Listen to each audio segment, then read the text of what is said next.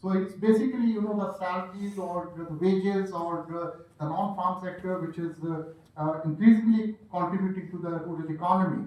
So that means the rural masses are also more dependent on, either wages or maybe some jobs in private or government sector or non-farm sector. And that trend is going to accelerate in the near future. So we need to, create a kind of environment where we are able to provide that smooth passage or smooth transition from agriculture to this non-agriculture sector within the rural economy.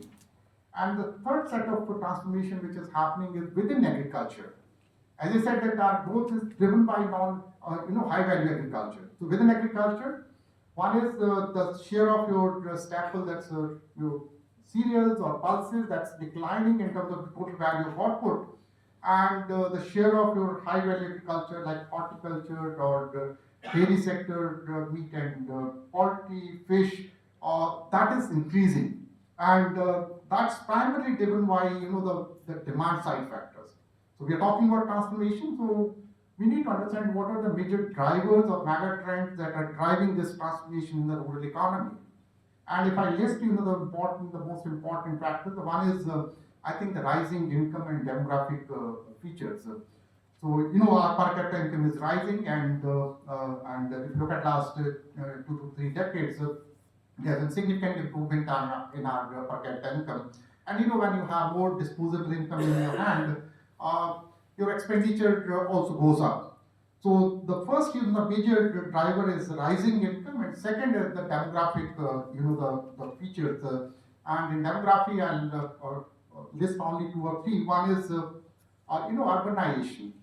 So whether we accept it or not, urbanization is going to increase in the near future. So it's difficult to restrict that. And when this rapid urbanization takes place, the kind of food we eat, or the kind of, the items which are required, or the food products which are required, are entirely different from the rural population. In fact, now the rural population and urban population are also becoming much more market driven on the demand side. So third is the increasing participation of women. And that's, I think, a very positive development. So over a period of time, if you look at periodical this labor force survey, you would find the participation of women, or the share of women in workforce, is increasing. And you would find when both husband and wife they are working, I think they have less time for home cooking. They have less time for these kind of activities. So that means the demand for your processed food, the demand for ready to cook, ready to eat kind of food is going to increase. So that provides you an opportunity on the farmer side, because then they can get into the value addition. So the second is, the as I said, that demand driven, that's the consumption side of it. So if I look at last 2 decades, between 2002 to 3 and 22 23, uh, both in rural and urban areas, the share of expenditure on cereal and cereal has declined. Even in rural areas, about 10% of our total food expenditure is on cereals, and in urban areas it's less than 10%. So it has declined in case of the rural population from 33% to about 10%, and in urban areas it has declined from about 24% to close to 9.5%. And the surprising element is, the beverages and processed food segment. And you would find that in case of rural areas, in early part of 2000, that's 2002, 2003, about 8% of our total food expenditure was on processed foods and beverages in rural India. And if you look at the latest household consumption expenditure survey, this number has gone up to 21%. And that's really mind-boggling kind of a number. So even in rural areas, about 20% of your food expenditure is on processed food, beverages, and these items. And it's primarily driven by the supply side, because today you go to any hinterland, you would find all the processed food. You will find beverages, you will find everything. What is available or not, that's a different story. But you will find that's the power of the market. Similarly, the second is, as I said, the young population is moving towards, more non-vegetarian diets. And if I look at the share of egg, fish, and meat, both in the rural and urban areas, it has increased.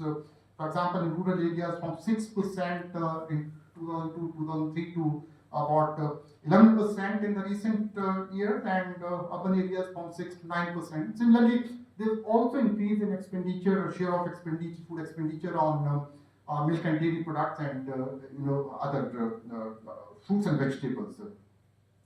The third major driver which is driving this transformation is the trade-driven opportunities.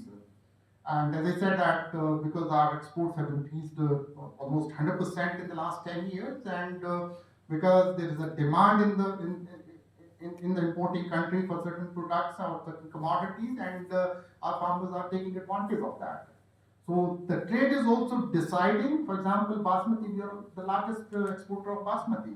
So you'll find that basmati, which was confined to a very few pockets in Punjab and Haryana, is expanding to larger areas. So now basmati is being produced in other states also.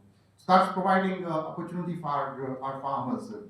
Another is, which is a newer concept, is industrialization of agriculture. And if you talk about industrialization of agriculture about 10 years back or 15 years back, I think it used to be a bad word. That we are subsistence agriculture, how can we talk about industrialization? But I'll give you two simple examples where industrialization of agriculture has really made very positive impact on the sector. One is, the diversion of our sugarcane juice and sugar for our ethanol production.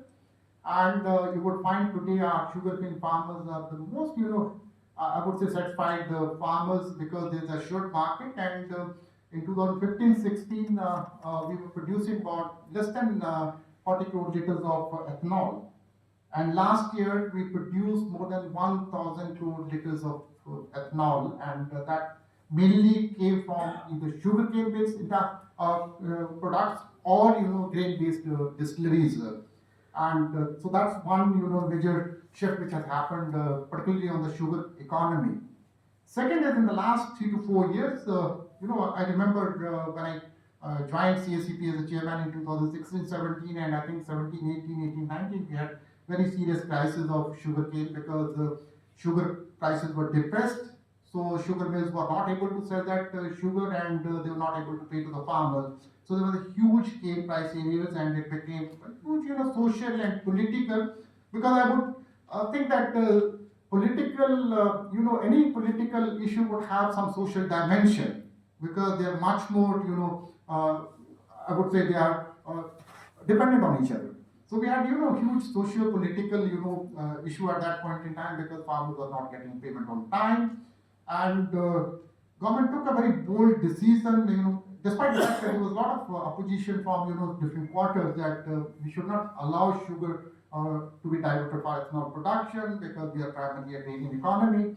But it was a very bold decision on the part of the government, and the Prime Minister was very, very clear about it that we must protect the interest of the farmers. We also must protect the interest of the industry because there is a coexistence. If the sugar industry does well, our farmers would be happy. If our farmers are happy, sugar industry would do well. So there is a very, very strong association relationship between sugarcane farmers and sugar industry. So that was a major policy, decision which the government took in terms of allowing the sugarcane juice and sugar to be diverted for sugar-based products to be diverted for ethanol. And then government further permitted diversion of or use of your grains for ethanol production, and you would find that in the last 3 years maize prices have gone up. So farmers are quite happy because otherwise maize prices used to be very depressed prices. And today maize is replacing or displacing almost all agriculture crops. We talk about wheat, talk about soybean, talk about any crop, because they are getting better prices, and that's primarily because today a large part of maize is being used by distilleries that ethanol production. So the industrialization of agriculture is, I think, it's a positive development for our farmers and for agriculture. So I think this pace of industrialization of agriculture is going to accelerate, and it should accelerate because our agriculture should become much more market oriented. Whatever the demand, there's a demand in the market, our farmers should produce that. But we must keep in mind, our national food security concerns. And another dimension which has been a major driver or a mega trend which has driven this transformation is